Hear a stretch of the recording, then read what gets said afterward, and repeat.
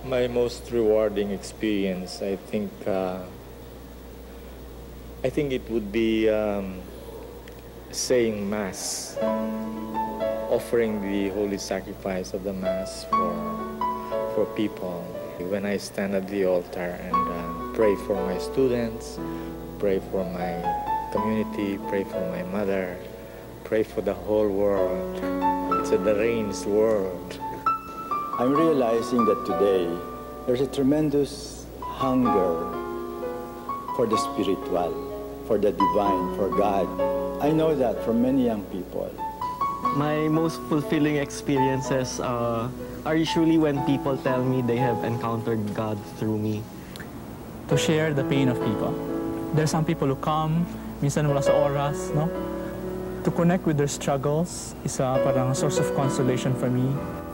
Nakikita ko bilang tungkulin ko, bilang isang Hiswita, na pag-aanin yung kanyang pinapasa. Nang sa ganun, mas madali siyang makalapit sa Panginoong Diyos. There's nothing more consoling than lifting that burden from people and showing them that there is a solution according to the plan of God. How God touches people, I think for me, sometimes is very amazing ba?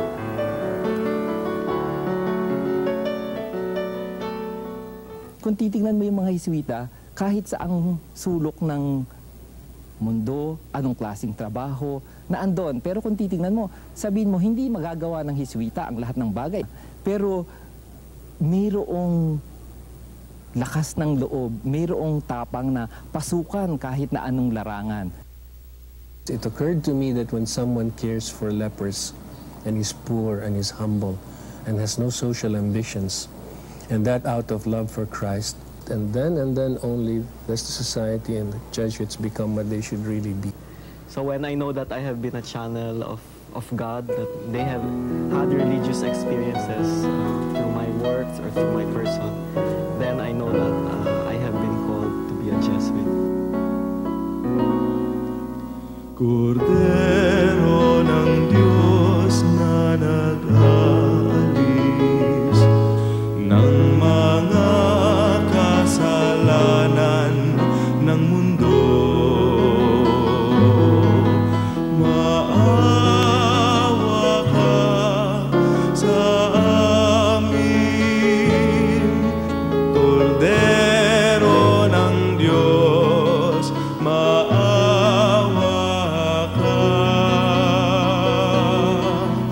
Kordero ng Diyos na nag-alis ng mga kasalanan ng mundo, maawa ka sa amin.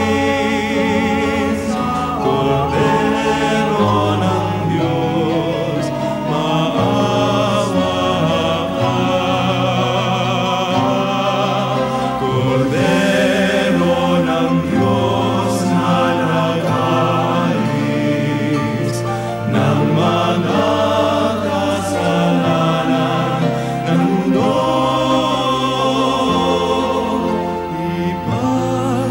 ipagkaloob mo sa amin ang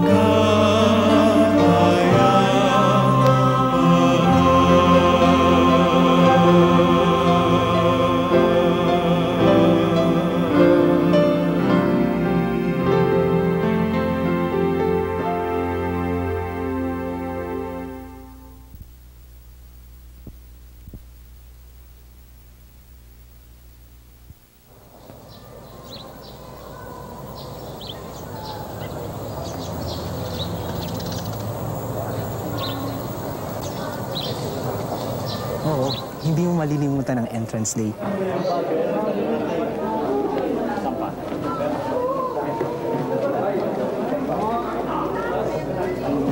Nandun yung siyempre yung pamilya ko, nanay ko, mga kapatid ko, tapos mga kaibigan, mga kaklase sa Ateneo, ilang kamag-anak din maliban sa pamilya. Ang naalala ko, medyo umaambon pa sa labas nung parlor ng Sacred Heart Novitiate. Pero sa loob, dumadagsa ang mga luha. Nagsisikap kami, naalala ko nung nagpapakilala kami isa't isa, bawat isa sa amin, tapos pinapakilala ko sino mga bisita namin. Pero nakita ko, nagsisikap kami na pagaanin yung atmosphere. Naglolokohan, pabiro-biro.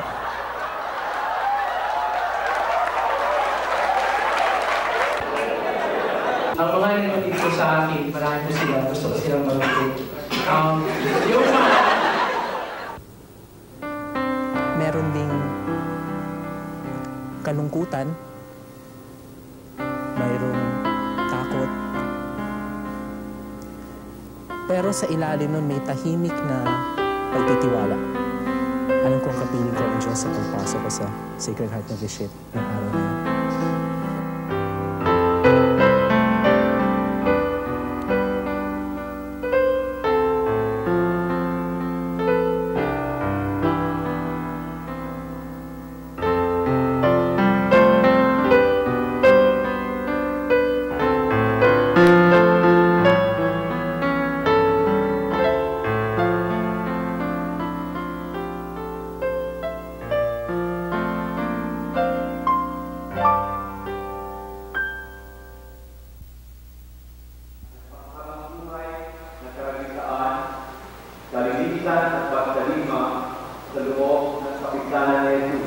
I guess during the ceremony itself, when I was right there before the altar, getting ready to pronounce my vows, it suddenly dawned on me that, yes, this is the life that was meant for me.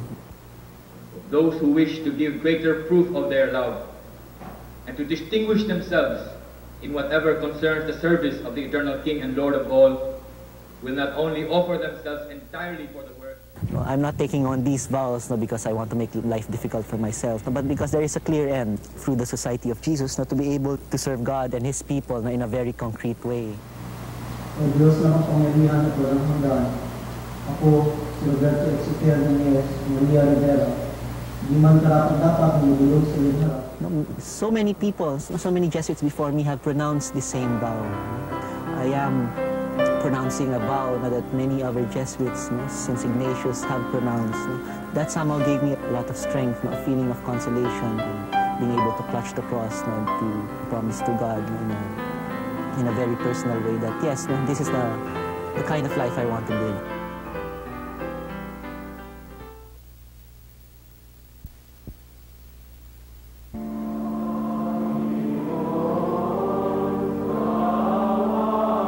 Parang iisa yun eh.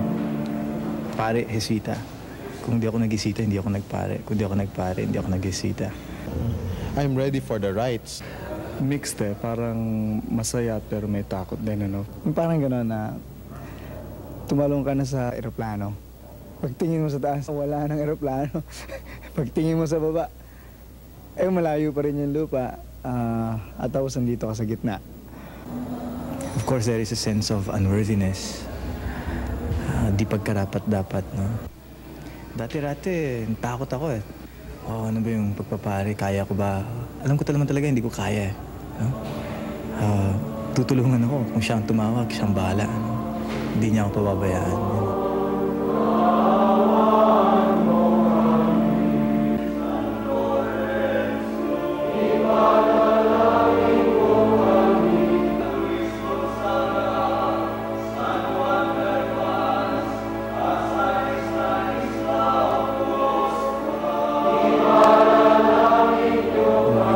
Pagsasabuhay kay Kristo sa isang mas matinding paraan. Ito yung trabaho na pati yung kahinaan mo gagamitin. Pati yung karupukan mo kakasangkapanin. Walang lusot buong-buo ang kukunin. Parang yung tinapay, pipira-pirasuhin. Kung hindi mo pipirasuhin, hindi mo mabibigay. Ito na yung parang the gift of all gifts. This is me. This is God giving me myself in the priesthood.